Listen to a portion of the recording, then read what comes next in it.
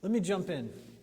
There's two lines in this text that I want to really explore this morning with you. So if you'll just give me a few minutes, I want to press in and try to illuminate two of these lines that are just stuck in my head and in my heart. I want to take them to their extremity, these two lines. One is about belief, and the other is about peace. And I'm interested this morning in looking at the connection between belief and peace.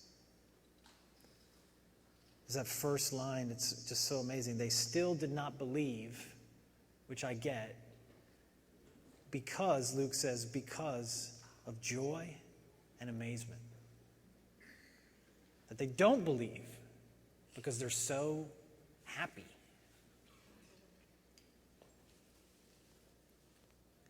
Someone might ask me, even in the retelling of this story, might ask me, man, isn't this all just really a fairy tale?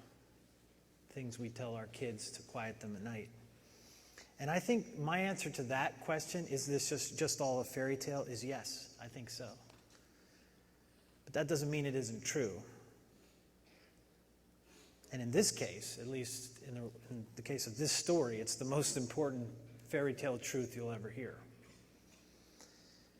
But it does make it hard to believe, because if it's true, it changes everything. And it can be, as an adult, to be hard to believe in true but truly good stories. While they were still sitting there, they did not believe. So they're still not believing. This is what Luke says, because of joy and amazement. See, there are things in our lives that we don't believe because they're junk, because they're garbage, because they're lies. And when we hear them, we know they're lies, and so we don't believe them. But there are things we don't believe because we're afraid of creatures. But I did believe in their tales, stories that have them in them, or things like them. And kids don't care about the particulars. It's the possibility, this is what we believe, it's the possibility of a world beyond our senses, which we knew instinctively was true. Which all these years later, if I'm honest, 3 university degrees later, I'm more convinced than ever are true. In the same way that you know that Bach or the Beatles or Marvin Gaye made good music. Even though you might not know a thing about music composition, but you just know, I think that's good. Because true things ring true. For me, it was Star Trek, the original series. I don't know what it was for you. I said this to PJ the other day, and he laughed like how old I was or something, and he was like, for him it was Pokemon. I just think it's more embarrassing to say Pokemon than Star Trek, so I just want to put those two side by side for you.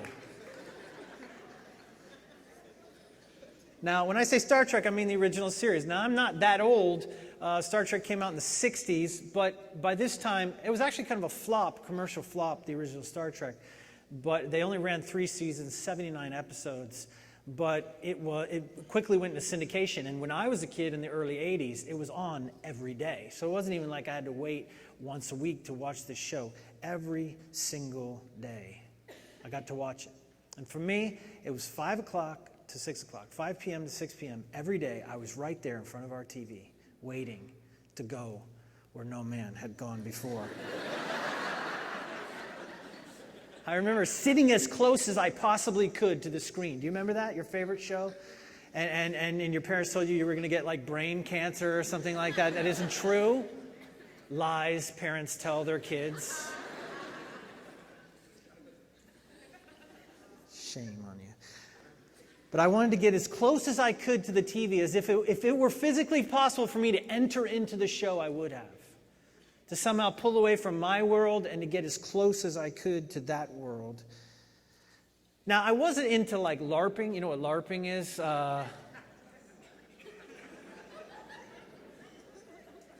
When I was in Germany recently, Jason and I went for a run in the woods by his house. He has this beautiful woods near where they live there in Hamburg, and we went for a run in the woods, and he's like, Brian, the other day when I was running in the woods, I heard this like commotion, like people battling, fighting, like clanging of swords, and he went over to check what was going on. What's happening here? What's happening? And people were LARPing, live action role playing. That's what that's called.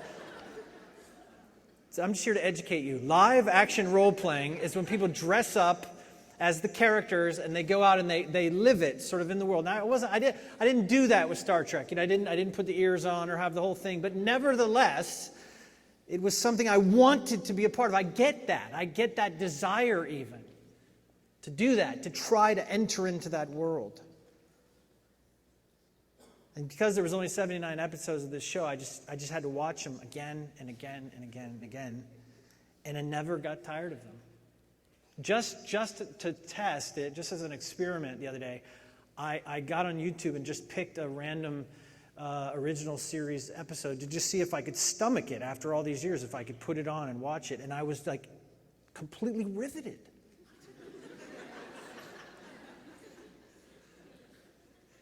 The swashbuckling, brazen Captain James T. Kirk, and just this little hodgepodge of characters on this show, and the poor red shirt guy that always dies every time. And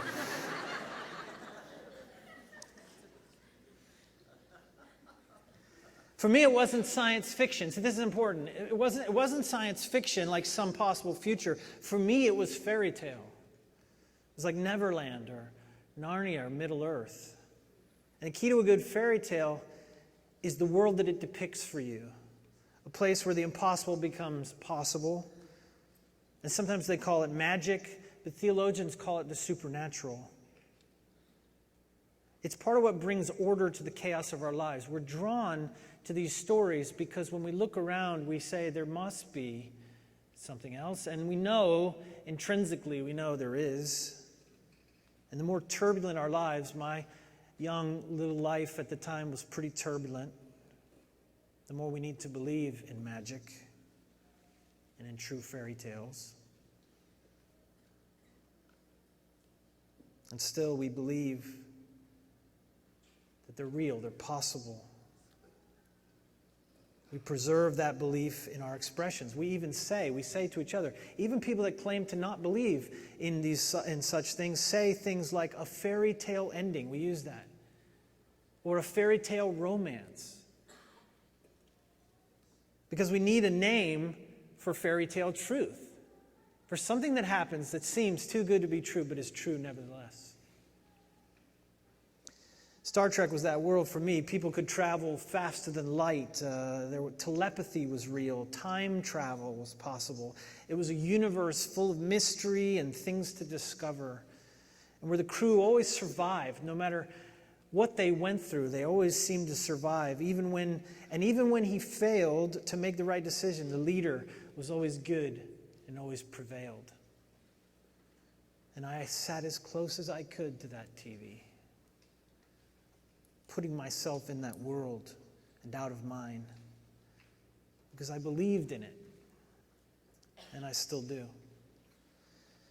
I'm old now, and if I'm honest, and if I stop being cynical for just 1 second, I have to admit that my life, in all of its normalcy, the life that I've found in Jesus Christ, I have to give credit where credit is due, is more wonderful than all the voyages of the Starship Enterprise.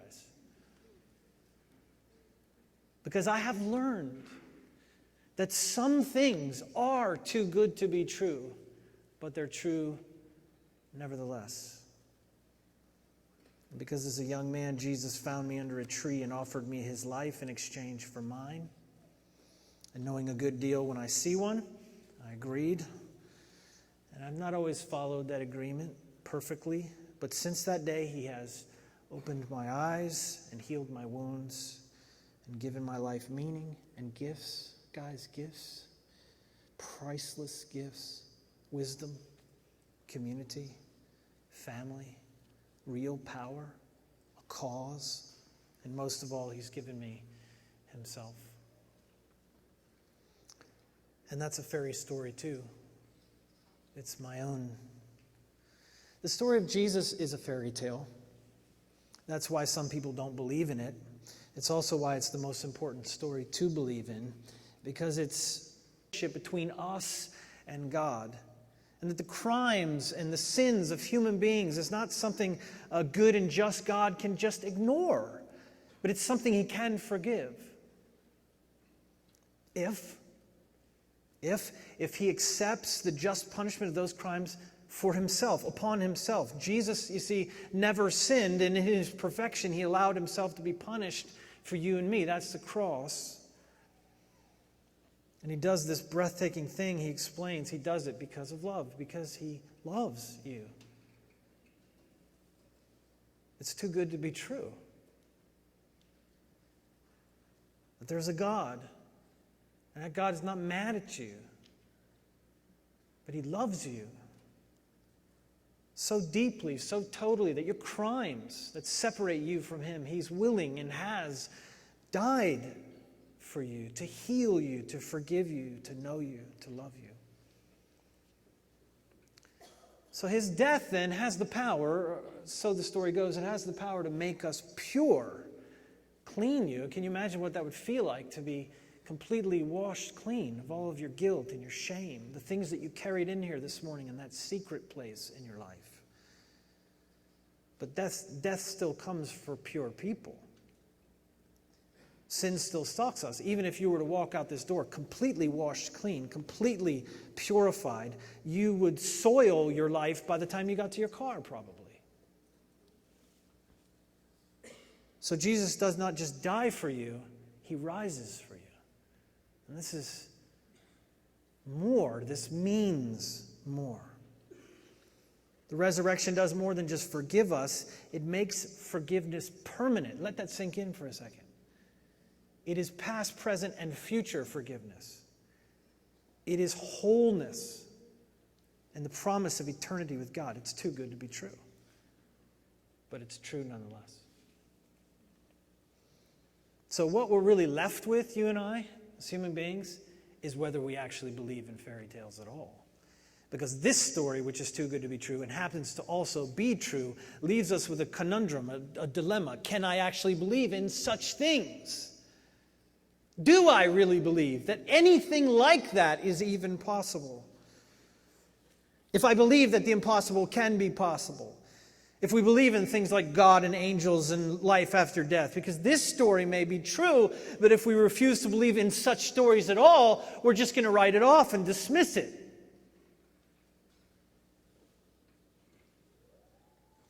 We're skeptical because fairy tales always have happy endings, and we want a happy ending, but we don't trust happy endings.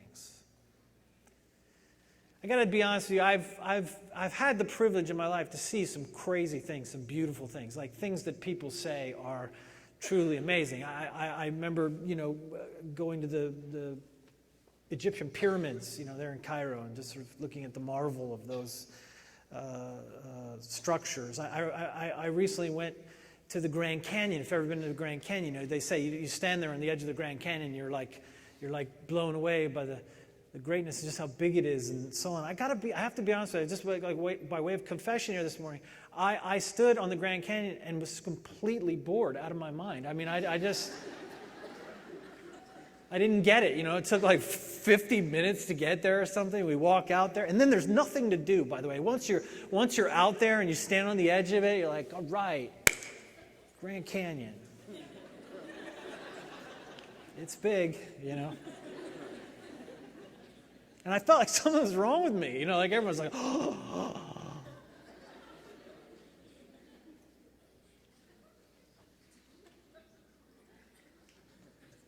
You know what I thought, was running through my mind when I looked at the Grand Canyon? I've seen greater. See, it takes more than that now to take my breath away. The Grand Canyon, to me, is a shadow of the one who carved it with his finger and who stuck that finger into my chest and many of yours. See, I have seen God restore impossibly broken relationships.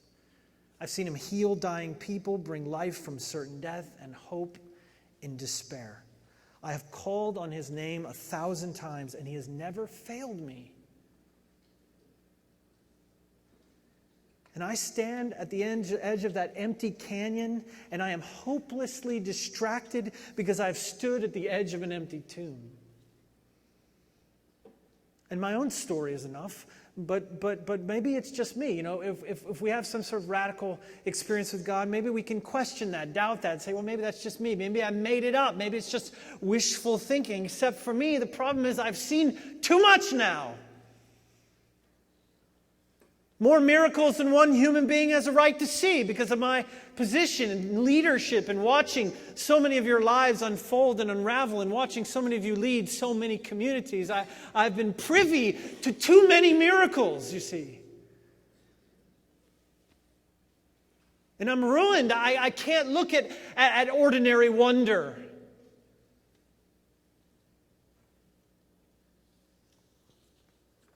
My dad was a child of an alcoholic.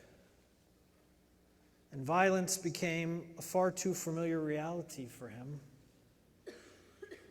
And like so many of us who have a history of violence in our childhoods, he brought it with him into ours.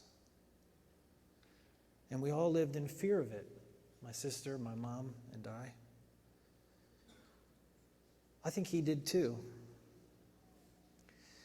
And when I was pretty young, it was all really too much for my mom, and so we left. It was a tale too many of us can relate to, and they divorced. But then, in what was perhaps a bad decision, they got back together. And part two was perhaps a little better, but it was the same demons haunting our home. And as my sister and I grew older, we bore the brunt of it. And to be honest, we gave up on my dad. We wanted him out. We pressured my mom to push him out. You see, we are not like God. We were little sinners in training too. We didn't want to forgive or talk about second chances. And when I was 12, we finally did push him out again, for good, I hoped. And we became like so many of our friends, the new normal, the children of divorce. I can still remember the strained visits. We didn't want to be there. And there was a hole in our hearts where our dad should have been. And in the darkness of that time, when my mom cried most nights and my sister checked out, eager to live her own life, I was just relieved, frankly. I was just glad it was over. But something happened in the in-between. Something we did not conjure or even dare to dream of, something we did not even feign to pray for. My father found his way back to the Father, and once abandoned himself, he turned over his broken life to the one who fixes impossibly broken things. The one who was whipped and broken on a Roman cross, who died but breathed again. The second chance of God whispered a word of redemption in his ear. And the outcome, and I do not use this word lightly, was transformation. A new man walked back into our lives. He reconciled with God, he reconciled with my mom, and he reconciled with us. I have so many surreal memories of that time of asking him. I remember him asking us for forgiveness. And 100 small, quiet changes.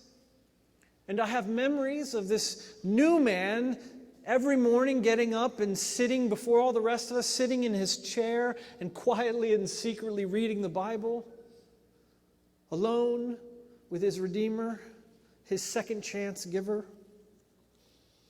And their marriage, which was surely dead and buried, rose again.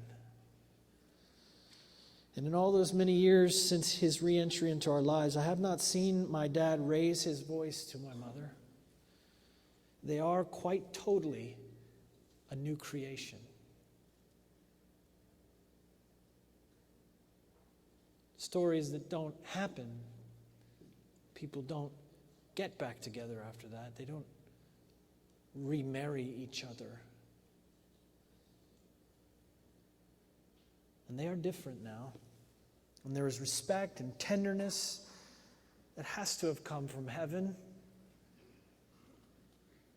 It was and is too good to be true. But it is so very true. I watched my dad become a man of prayer and conviction. I watched him become an elder in our church, and I watched him heroically walk away from the only job he'd ever really known, which was killing him, and at the age of 51, go back to school to do something that he would love. I watched him leave a mainline church with my mom, with his bride, courageously become elders in the underground and start a house church that has evolved into a ministry for adults with special needs. And those of you who know my dad, it's funny because you'll come up to me and say, your dad is he's so kind. He's so sweet and gentle. And I marvel. And that's why the Grand Canyon leaves me cold. That and 1,000 fairy tales like it. My parents prove that sometimes things that are too good to be true are still true. I remember that line in Luke's recounting of Palm Sunday, the Sunday before Easter, where they're waiting to sort of decide whether or not Jesus is going to go into Jerusalem. And if he goes into Jerusalem for this final week of his life, which they don't know that, he's going to go in triumphantly. And so there's this moment where he gets a prophesied sort of, he would come riding in on a certain kind of colt, and so he gets that colt, and they're all getting excited, and then the disciples get super excited, and then they just burst out in celebration and cheering for him, which is something they've wanted to do. But Luke has this line. It says, the whole crowd of disciples began joyfully to praise God in a loud voice for all the miracles they had seen. It's like it builds up inside you. You can't just watch one miracle after another. You can't just watch one impossible situation become possible after another and it not just sort of build up inside you. And so finally they're just like, is it time? Is it time? Is it time? Because everywhere Jesus goes, he's quiet and he's humble and he's on the down low and he's kind of on the slide and don't say anything and keep it down, keep it down. And now this is our moment. Can we cheer? And so they finally cheer, but Luke says it's because of all the miracles they had seen. It was because of these many miracles that they explode with celebration on Palm Sunday. But it's also because of many miracles they cry so desperately on Good Friday. It's because of the many miracles that they ache with the death of their hopes and their dreams on Saturday.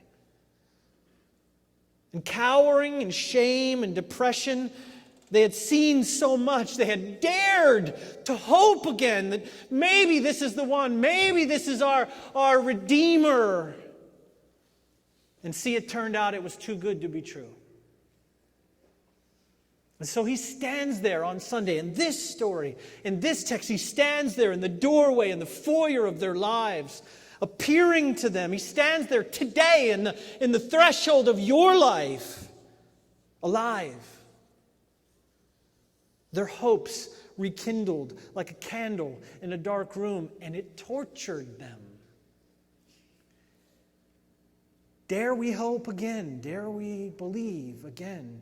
It hurts too bad to believe. We're full of joy and amazement, but we can't believe. Even if what I was going to try to do, this was my experiment, was I was going to say something crazy, something that required extreme belief, like a fairy tale thing. And so what I came up with was I had seen an alien. That was what I was going to tell them, that I had witnessed an alien, an extraterrestrial. And so I took them one by one into my room. I sat them down. I said, I have something I have to tell you, something very important that I have to tell you. And so they said, okay. And so first is Eve. And so Eve, when she, her response was to roll her eyes at me. I said, Eve, I just want to tell you something. I've seen an alien.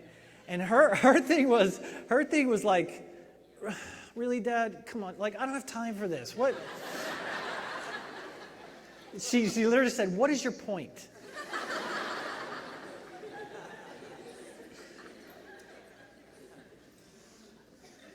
And then she goes, I know you want something. What do you want? What are you trying to get at?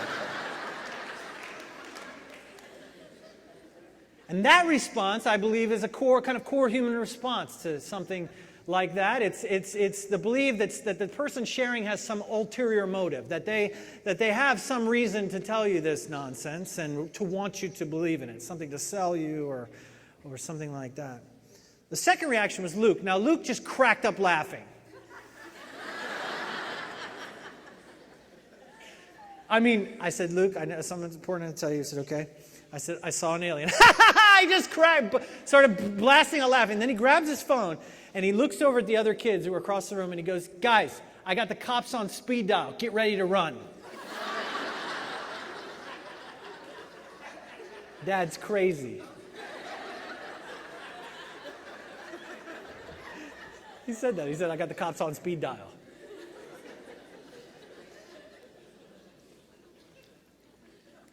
And that's another kind of reaction we have to these things. It's a joke, right? You're kidding. It can't be serious. Or you're a joke for believing it. Strangely enough, the youngest, Skylar, he actually was sad for me. Like when I told him...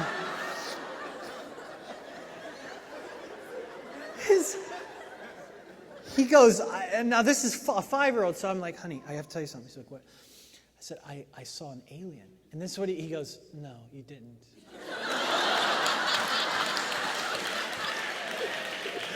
I said, what do you mean? I said, what do you mean? You don't believe me? He's like, no. And I said, why don't you believe me? He said, because there's no such thing as aliens, Dad. And then the sweetest thing, he leaned into me like, come on, let's. I'm sorry.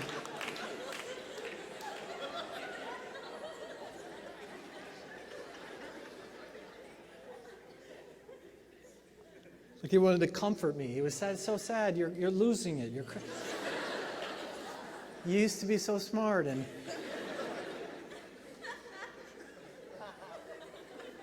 the 5-year-old, you know.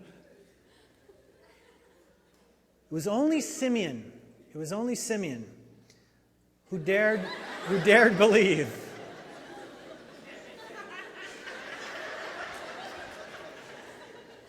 Simeon's response was, really? He said, really? And I said, yeah, I saw an alien. He was like, Dad, I'm so confused right now.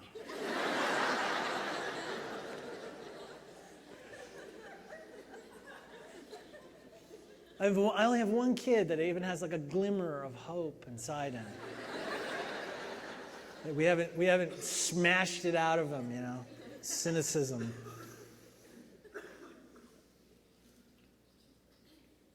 Man, guys, if we're honest, we don't believe things not because they're not true, but we don't believe the things of God because we're managing disappointment. Because we're afraid that if we believe, we'll be disappointed. And I'm going to be honest with you. In a world of miracles, which I have seen and experienced in my life, we still have to face the terror and the sadness of the miracles that don't come. Miracles might prove that God is real, but they don't explain why the world is evil, do they? And for all the miracles I've seen even more hate and darkness and pain. And the temptation is to stop believing in anything at all. Because of that darkness, because miracles are rare. They're miracles, guys. But because they're rare, because the empty tomb doesn't happen every day, the threat to us, to our psyche, to our view of the world, to truth itself, is to just stop believing in anything good. Stop hoping at all. And while it might well be rational to believe in a God that loves, it's also hard to do it. And so we just go ahead and say it isn't rational because that's easier than facing our fear. Believing in good things is sometimes hard because we hurt from all the ways that life has not been good for us. And we're afraid to believe, whether it's true or not. It's not that miracles aren't there to believe, it's that evil stands right there beside them, choking the breath out of our celebrations. I recently read a Frederick Buechner book called Alphabet of Grace, and he tells this little story of that juxtaposition, that contrast. He writes, "Driving home from church one morning full of Christ, I thought, giddy in my head almost, and if not speaking in tongues, at least singing in some kind of wordless, witless psalm. He said, I turned on the radio to the 12 o'clock news, and I heard how a 4-year-old had died that morning somewhere.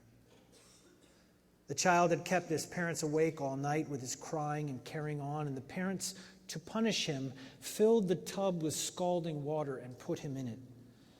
And these parents filled the scalding water with their child to punish him, and scalding and scolded, he died, crying out in tongues as I heard it reported on the radio on my way back from, of all places, church. And I prayed to Almighty God to kick to pieces such a world, or to kick to pieces himself, standing there by the side of that screaming tub and doing nothing. I am acquainted," he writes, "with the reasons that theologians give and that I myself have given for why God does not, in the name of human freedom, and must not, by the very nature of things as he himself has established, that nature cannot and will not interfere in these sordid matters. But I prayed nonetheless for his interference." You see, the danger is that we will give in to despair, to let the horror of these things make us believe in nothing at all. And when we do that, we give in to the darkness. You see, guys, the world is dangerous and broken and flawed. It is not all sunbeams and daisies. It is not all happy endings. Happy endings are rare. That's why we call them miracles. But it is those defiant miracles that stand as a kind of resistance to the brokenness of our world. And all fairy tales are not true, but this one happens to be. And Christianity is not an argument for positivism. Not the right kind. Some sort of false version of it might be like, everything is good, just have a positive attitude. There is no problems in the world. Everything is happiness and goodness. And just look at the world that way. If you just have that perspective, then everything is fine. No. The seminal events of Christianity is an empty tomb preceded by a bloody execution of the most beautiful, innocent human being the world had ever seen, and the defeat of death and the triumph of good over evil. That's our story. But there is no Sunday without a Friday, and the empty tomb has first to be filled with an executed God at the hands of terrible men and a terrible world. Christianity acknowledges that darkness, the darkness of human enterprise, as the lover of mankind is ripped apart by those he came to save, murdered for loving them. And we tell a story about a God who kicks himself to pieces instead of kicking the world to pieces. And this too is part of our story. Guys, we laugh and we cry. And we laugh because we cry. We laugh because we cry first. My parents are laughing now because of their many years of tears. Both realities we hold onto in our hearts. It's just that in the light of such depravity, the problem is we stop believing that some things, that anything is good at all, and that most of these things are just too good to be true. Did you know that in slavery times on most plantations, slaves were forbidden to laugh? It was punishable with whipping. You could not laugh. I can't think of anything more dehumanizing to say to a person, you cannot laugh. But the problem is, even though you shackle a human being, even though you put them in chains, you cannot stop them from being a human being. It is persistent. And so slaves laugh anyway. But the problem is, It was a threat to them, and sometimes, and maybe this has happened to you, in the worst possible, you're at a funeral, or you're in class, or something, and you shouldn't laugh, and you can't laugh. It's the worst possible time to laugh, but you just start laughing, and you can't stop yourself from laughing, and people are looking at you, don't look at me, and then don't not look at me, and it doesn't matter what you do, and you just start to break apart in laughter. And this happened on plantations, and so slaves would actually, they had a contraption. There was a barrel, and they called it the laughing barrel. And if you just were overcome with laughter, because you didn't want to, if you laughed in front of the slave owner, then he would think maybe you were laughing at him, and so he'd beat you for that. Or worse, if you begin to laugh and then they laughed with you, I mean, how can you really hold someone as a slave if you laugh with them? And so they had to make it, criminalize it. They had to make it impossible. And so they had these barrels, and if you just couldn't handle it, you just couldn't hold it in, you'd go and act like you're getting something out of the barrel, stick your head in that barrel, and just let it go. Laugh it out. Laugh at the foolishness of it all. You see, in laughter, we are free. You can't stop a person from the freedom, the joy that sort of happens in laughter. No matter how dark our lives are, when we stick our heads in those barrels and we laugh, we are free. And if the cross is about tears and sin and regret and culpability, then Easter is about laughter. It's about relief. He did it. We did it. We're free. We've won. And for me, laughter and tears are cousins. And they are when I feel closest to God, when I'm laughing and when I'm crying. Because they both take me to these 2 days. A Friday, a horrific Friday of sadness and darkness, and a glorious Sunday of laughter and joy and belief.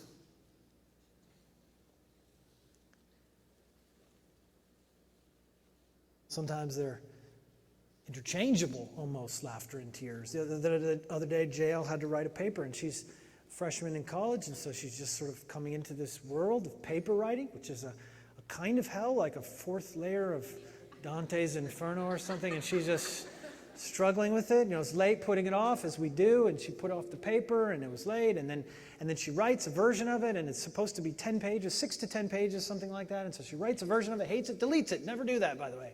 Never do that, because you might be crazy, or you might just, it's late, don't delete it. She deleted it and wrote another version, deleted it, and now it's late, now it's not going to happen, so she's getting, every day it's late, she's losing a letter grade, she's starting to panic, freak out. I said, okay, let's get this together, so I sit her down in my room and say, okay, I'm going to lock you in here, you're not coming out to, and you can't delete anymore, no more deleting, just write the paper. So she does, she presses on, she never likes it, so she wants to delete it, but she doesn't, and she finished, I don't know what it was, 8, so it's good, it's within the framework, and so she finally finishes. She started put the final sort of manual style touches on it that she needs to, the stuff. And so she asked me, Dad, just look it over. And I'm like, well, what kind of style are you using? In Chicago, APA, what are you using? MLA. She tells me. We look at the thing. I'm like, it looks good. That looks fine. And I'm like, well, you're going to need to change. This is where it got rough. I said, you're not going to want it to be single spaced because I don't know of any academic style that's single spaced. They're all double spaced. She's like, no. It's supposed to be single spaced. That's like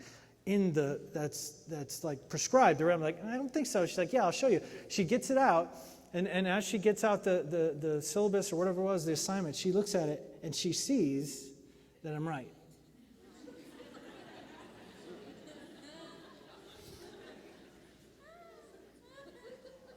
And she realizes that she has not just written the paper 3 times, but she's written it twice too long. She now has 12 pages when you double space it, and she just starts laughing. Like you can see a tear welling up, and it's just the folly of it. So ridiculous after all these hours. She falls over on the ground laughing. And I do too. I start laughing too, because this is funny. Because it's so sad, it's funny. Walking into that room and saying to them, peace to you, peace be with you. And isn't it really peace that we're looking for? When I have to confront another underperforming worker and I realize I don't much like this version of myself, angry, disappointed, incredulous, entitled. And when I demand that everyone do what they say they will do, and when I fight like crazy to make the world act right, even though I can't fully make myself act right, I'm really just looking for peace. And when my teenagers are letting themselves down again, finding that life and independence is a heavy, perilous thing, when I'm up again past the midnight hour with them, and even longer with Monica, wondering, asking, looking at each other, saying, are they going to be all right? And I can't tell if I want that more for me or for them. And I fall asleep praying uncertain prayers. I'm really just looking for peace. And when we strive in our jobs or in school or in relationships, and when we work extra hard studying for that test, or don't work hard enough because we're trying to please somebody, or we're trying to rebel against somebody, or it's our parents, or it's some invisible pressure that we cannot name, and we're really just looking for peace. And in the purest moments, when we're so down, or when we're so up, that we think about God, and we wonder if He's there. And then we think about our own failures and darkness, and in that moment of honesty, I know that if He is there, He likely wouldn't be here because I'm not worthy, and we know we cannot have peace with God because we're at war with God. And in that moment, we remember some word of a song, or some words of a friend, or a few Bible verses that we know about Jesus and a cross and about love. And some faint recollection pushes to the back of our minds, and we hear Him say, if not these exact words, we hear Him say to our hearts, peace be with you. And He breaks into our rooms and into our thoughts. And Jesus comes into this world so that He can explain the peace with God is possible. And He dies on a cross to gain that peace for you and for me. And He rises from the grave to announce that peace has come. Take it. Take it. If you need to touch me, touch me. If you need to watch me eat so that you know it's real, it's real. But what I've come to do is deliver to you that which I have promised, friends. Be at peace with God. Be at peace with yourself. Be at peace with each other.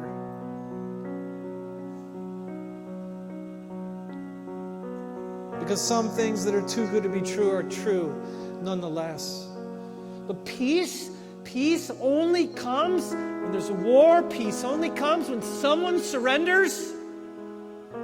Someone must surrender, and God can't surrender because His war is one of love to you. He's coming after you. Wants you. He died for you. He's done all that He can do to come to you. And you must surrender.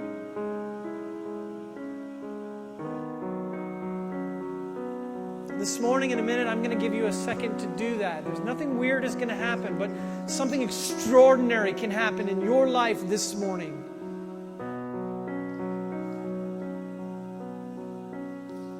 I heard a remarkable story recently. It was a story about Maya Angelou. Maya Angelou is the great poet laureate, activist, author. Strong voice. Not just for black women or the black community, but for humanity, this towering woman. The story is she was speaking at a conference in San Francisco many years ago. And at the end of her talk, her speech, she opened up the floor for questions. She took a number of questions, and someone finally asked her, tell us, do you feel that racism, that the struggle has gotten better, or do you think it's the same, or is it worse, or how do you feel it's going, you see? And in response to the question, she said, let me tell you a story. And so she talked about many years before that being asked to do a television show, public broadcast television show about African history or something like that. And someone had called her because they heard she was doing this show, and this man had some extraordinary pieces of African art, and he was asking, would you like to use them on your set or with the program? And she came and looked at the pieces, and she thought, these are remarkable, I'd love to use them, thank you. And so she did, and the man was pleased, and he was able to use them. They struck up a friendship.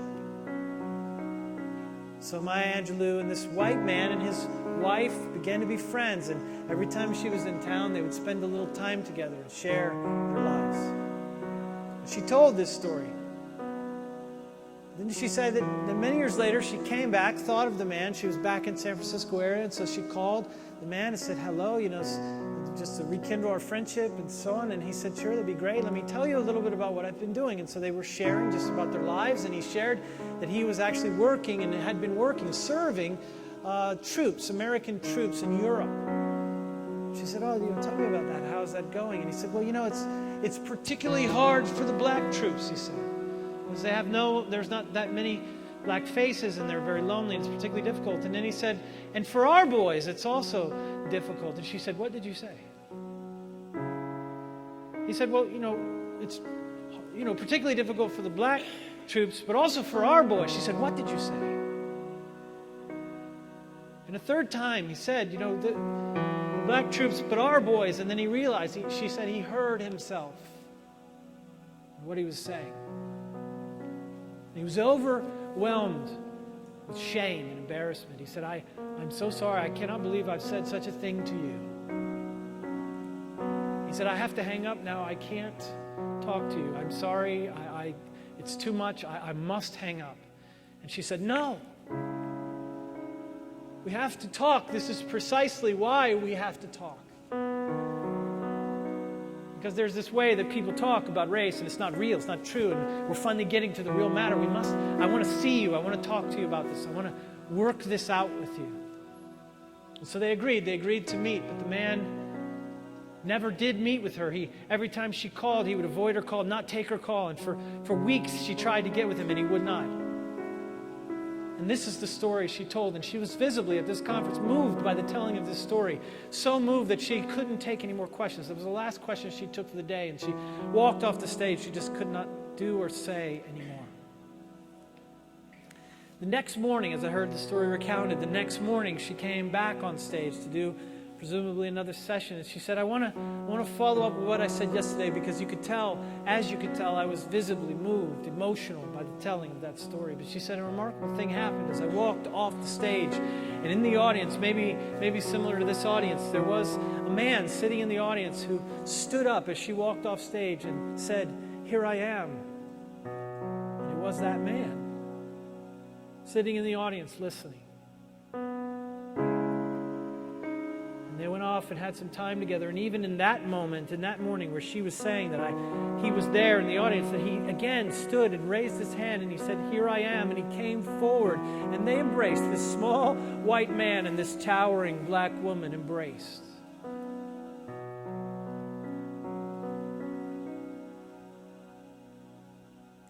This morning, some of you need to raise your hand to God. Maybe too many of us, God is waiting. We maybe know that. Maybe we didn't before we came in, but we know now He's waiting. He's troubled by your distance from Him. We feel ashamed and we've run away from God, but He stands and He waits to reconcile. He is troubled by your distance from Him. We must put away our fear and our shame and our pride, because those are the last obstacles to your peace with God, to belief. And He waits. And while we cower in shame, He waits. because He died to reconcile us. He lives to free us. He's waiting for you right now to say to Him, here I am.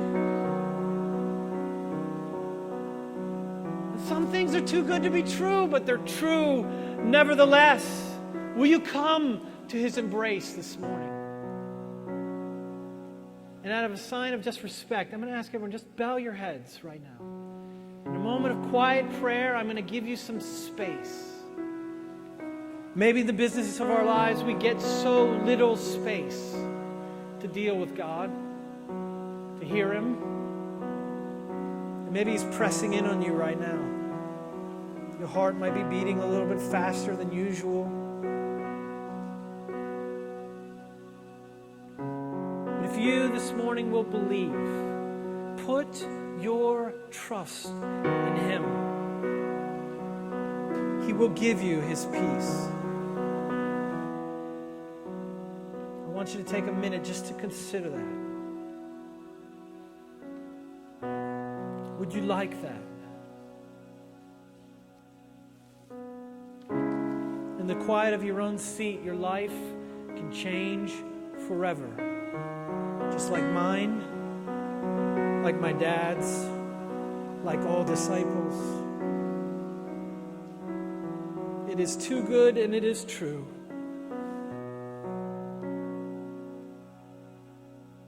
And a simple prayer you can pray even where you are is to just say, Jesus, I put my faith in you. I give you my life, what there is of it, and I accept yours in return. You don't have to fully know what all that means. You don't have to be a theologian. You certainly don't have to get your life together first. You can just make that exchange right now, this morning, right now. Nobody has to know, nobody has to say anything. You can just do it right now. My life for yours. Hand over the keys, the leadership of your life.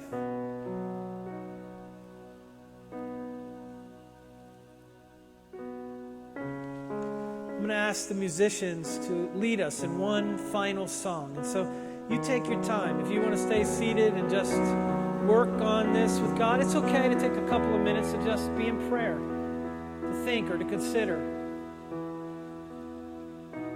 For those of you who've already said yes to God, to those of you that already know that this morning is a day for you to remember the greatness of that gift for you, then when you're ready, as the song progresses, you stand. And when you want to, when you feel moved to, you stand, you join in the singing of the song. And then I want to do one last thing with us together as we close, as we finish. But this is the sort of the last bit of the program here. We'll just have them lead us in one last song, and then we'll do one last thing together.